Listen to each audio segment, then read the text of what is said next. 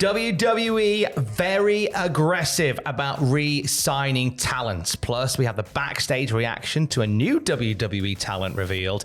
And we have an update on Seth Rollins' WWE return. It's all in the Cultaholic Wrestling News right now. Be aggressive. Be aggressive. That's what WWE are being, apparently, according to PW Insider. About re-signing talent, PW Insider says WWE have been very aggressive with trying to lock new deals in for a number of talents of late. We are told that even though a number of talent have time on their deals, WWE officials have approached them about signing new deals that would lock them in even longer. We can confirm that Rhea Ripley, WWE Women's Champion Nia Jax, and WWE Women's World Champion Liv Morgan are among those who the company have approached in recent weeks. Now, this goes against something that we were talking about a few months back, just before the summer, where it seemed like WWE was being very laissez-faire, very relaxed with letting these contracts tick right to the end before having conversations. Yeah. This led to people like Seth Rollins nearly, coming to the end of his deal, led to Becky Lynch becoming a free agent as well, which is something that both parties had agreed as well.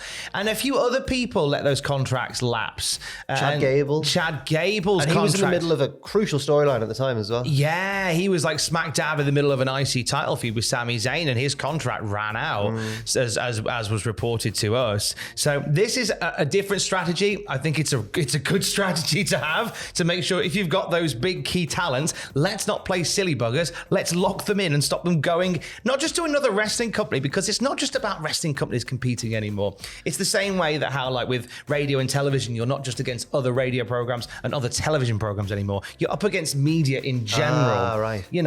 People move their eyes away from TV to look at Facebook, to look at YouTube, to look at Twitch, and with wrestling, it's not necessarily stopping them from going to AEW or TNA or New Japan or whatever. It's to stop them letting that contract expire, maybe exploring their acting chops, maybe just going into a different realm altogether, with taking with them the popularity that they've accumulated through WWE. And keeping your show, I guess, as hot as possible as well, and as exciting as possible. And I'm not surprised at all about them approaching that, especially Rhea Ripley, because she's still young and is one of the leading lights of the womenmes division and one of the most over leading light of the women of WWE in general. Good definitely. Morning, mother. Well done on that. Also, Liv Morgan, of course, has been on a great run of form recently with the Judgment Day. And Nia Jax has had, as was acknowledged on SmackDown by Bayley last week, has had a career year so far.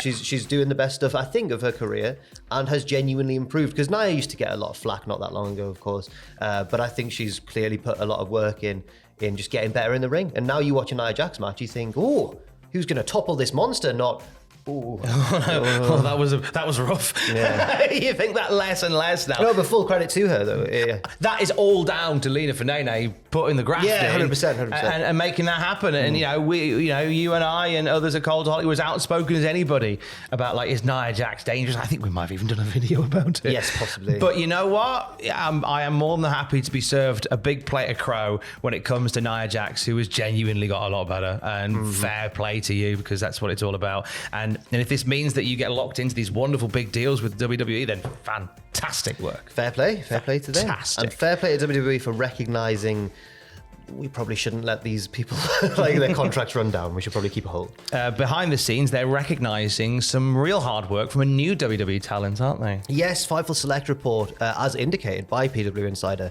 they've also heard that Joe Tessitore has been getting significant praise for his performances so far on the commentary announce table. Joe has sounded great. Yes, he's managed to step into what I imagine, Tom, is a very difficult role, play-by-play announcer, and he seems to have adapted and improved instantly. Like the first week, everyone went, he's pretty good, but maybe he could dial it up just a little bit, the enthusiasm and everything. And then second week, he had it. And everyone went, oh, wow, fair play, Joe. It's a brand new role, and and I challenge anybody to start a new job and have that job correct immediately.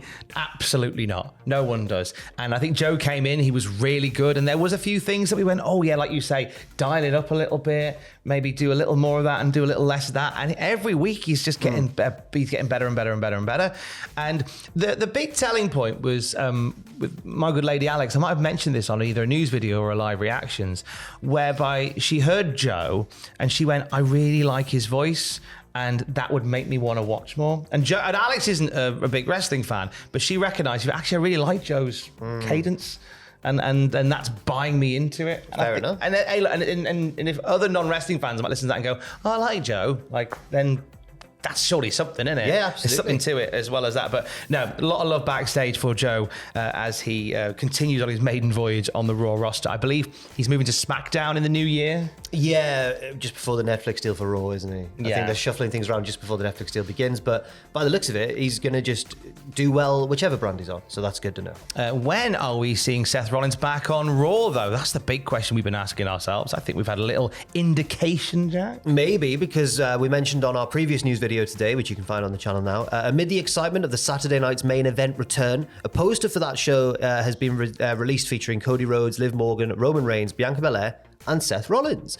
This has led many to believe that Rollins will be back in a WWE ring on or before Saturday night's main event comes around. He, of course, hasn't been seen on TV since he was tsunami'd so many times by Bronson Reed. He got an apology of tsunamis from Bronson Reed, which has written him off TV for the year. Just again, he continues to nurse numerous injuries and such. It's been an on-off year for Seth Rollins in general because he hasn't obviously the matches that he's been in have been big ones. WrestleMania, he was guest referee at SummerSlam. He competed for the world title just before that as well. So, but I think because he's had a bit more of a relaxed year, but he's been impactful where it needs to be, and it looks as if as soon as he comes back, him and Bronson are going to have themselves a big old feud, and it could be around December. I mean, that's a nice place where you could put the Seth Rollins, Bronson Reed blow-off match. You could have a steel cage match between them because that feels very Saturday night's main event. A cage match would be, with the blue bars. Oh my! Everyone loves the blue bars. Do not threaten me with a good time.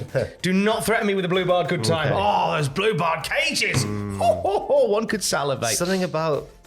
I mean, I'm not trying to make myself. I'm not the youngest wrestling fan around, but there's something about wrestling fans of your vintage, Tom. My vintage, slightly older, just me and the Outrunners. Just for some reason, joking, they're really young. They're the youngest men in the world. They're the youngest men alive. But for wrestling fans of your sort of era, Tom, you just need to mention. Imagine that cage had blue, and they go, "Oh, blue! It's blue." Here we are, Eiffel 65. What fun we're having! And one's older than you as well, of course, because the blue bar cages are legendary. I think it was. I remember there was a bit of a scuttlebutt. I remember.